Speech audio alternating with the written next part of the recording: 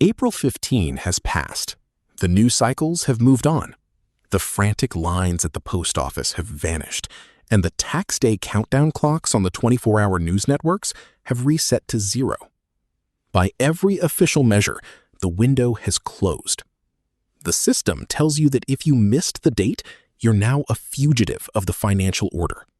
You feel the weight of a missed deadline like a shadow hanging over your bank account. But if the official narrative is designed to make you panic, why is the IRS so quiet when they're the ones holding your money? The truth is, if you are owed a refund, the April 15 deadline is an illusion. It is a psychological fence built to keep the herd moving in one direction. But once you look under the hood of the IRS's own penalty structure, you realize that the power dynamic hasn't shifted against you. It has actually shifted in your favor. Today, we're going to talk about the post-deadline reality. We're going to discuss the respite you didn't know you had, the true anatomy of an extension, and exactly how you can claw back your capital from a system that is perfectly happy to let it sit in their coffers until it expires. 1. How soon can you file? And the 3-year trap. The most common question I get the moment the calendar flips to April 16 is, am I even allowed to file now? People act like they've been banned from the building. They think there's a penalty box period where the IRS won't take their paperwork because they missed the big dance. But the truth is, the system is wide open. You can file the second you have your documents in hand. The IRS e-file servers don't self-destruct. The mailroom doesn't stop accepting envelopes. In fact, the government is perfectly happy to let you file late. And here is the accounting magic at play. They want you to wait. They want you to stay intimidated. Because while you are paralyzed by the fear of being late, you are falling into a predatory timeline. You see, the IRS operates on a system of expiration dates for your rights, but infinite timelines for their own. If you owe them money from 5, 10, or 15 years ago, they will hunt you to the ends of the earth. They will garnish your wages, seize your bank accounts, and apply interest and penalties that would make a loan shark blush. There is no expiration date on your debt to the state.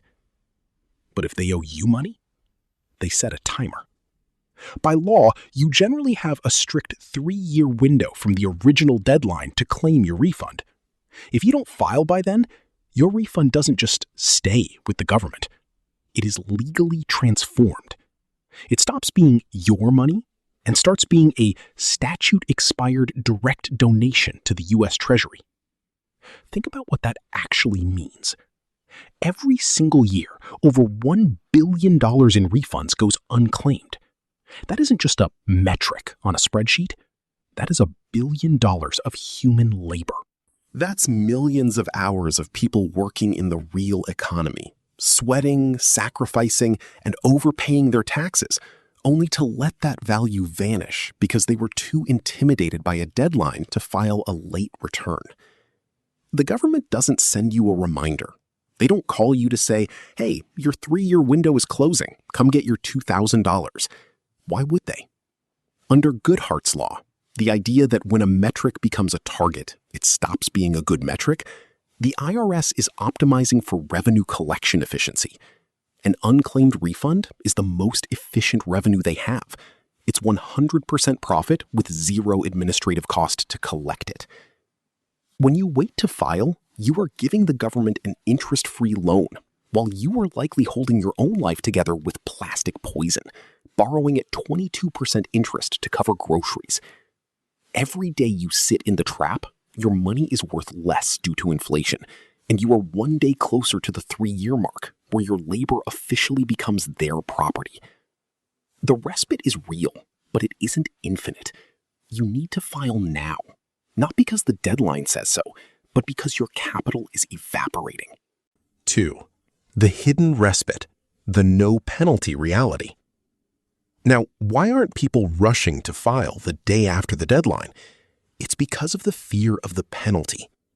The media loves to talk about failure to file penalties. They use big, scary numbers to keep the herd moving, 5% per month, up to 25% of your tax bill. They want you to think that the moment the clock struck midnight, a digital bounty hunter was dispatched to your front door. But here is the secret they don't want you to realize. The IRS cannot penalize you for being late if they already have your money. Let's look at the math. The failure to file penalty is a percentage of the unpaid tax. If you are owed a refund, your unpaid tax is 0. 5% of 0 is 0. 25% of 0 is still 0.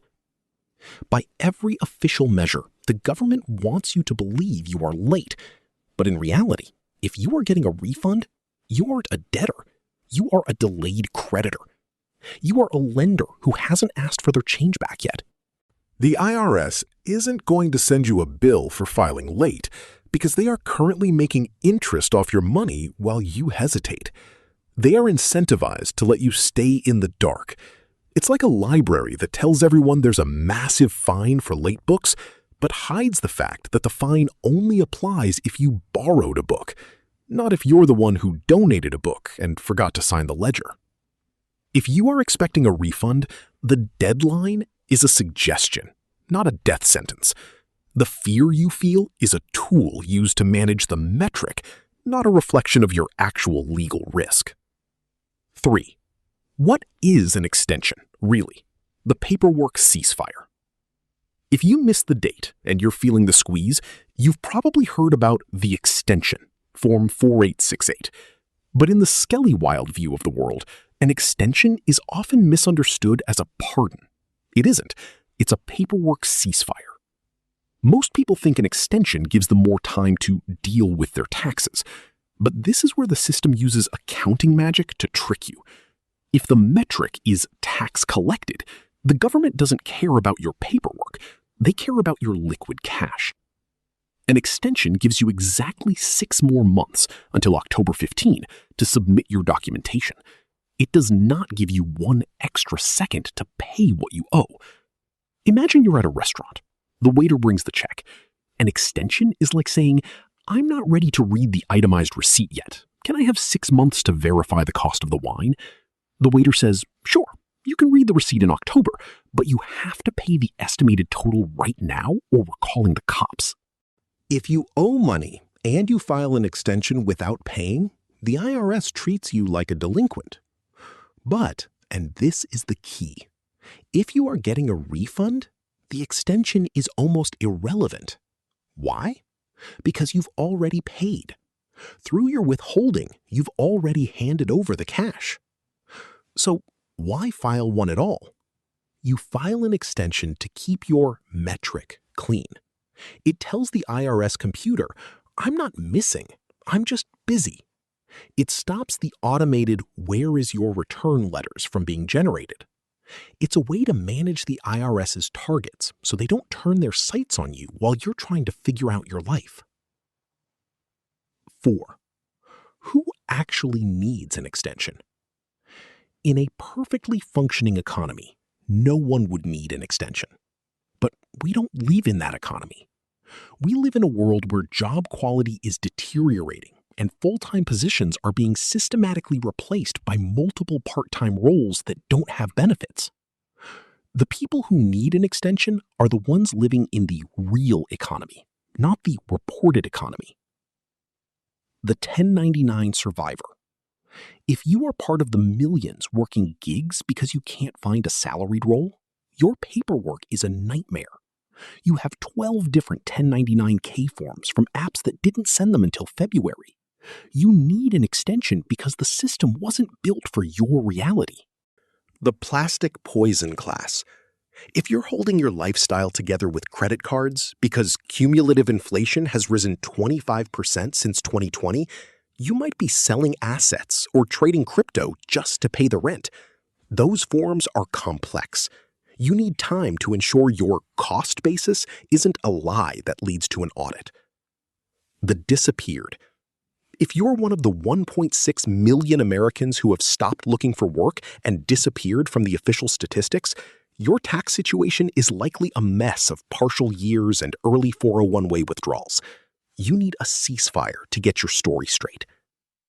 If you fall into these categories, the extension isn't a failure. It's a tactical retreat. It's you saying, I refuse to give the IRS a target to hit until my data is 100% correct. The final clue.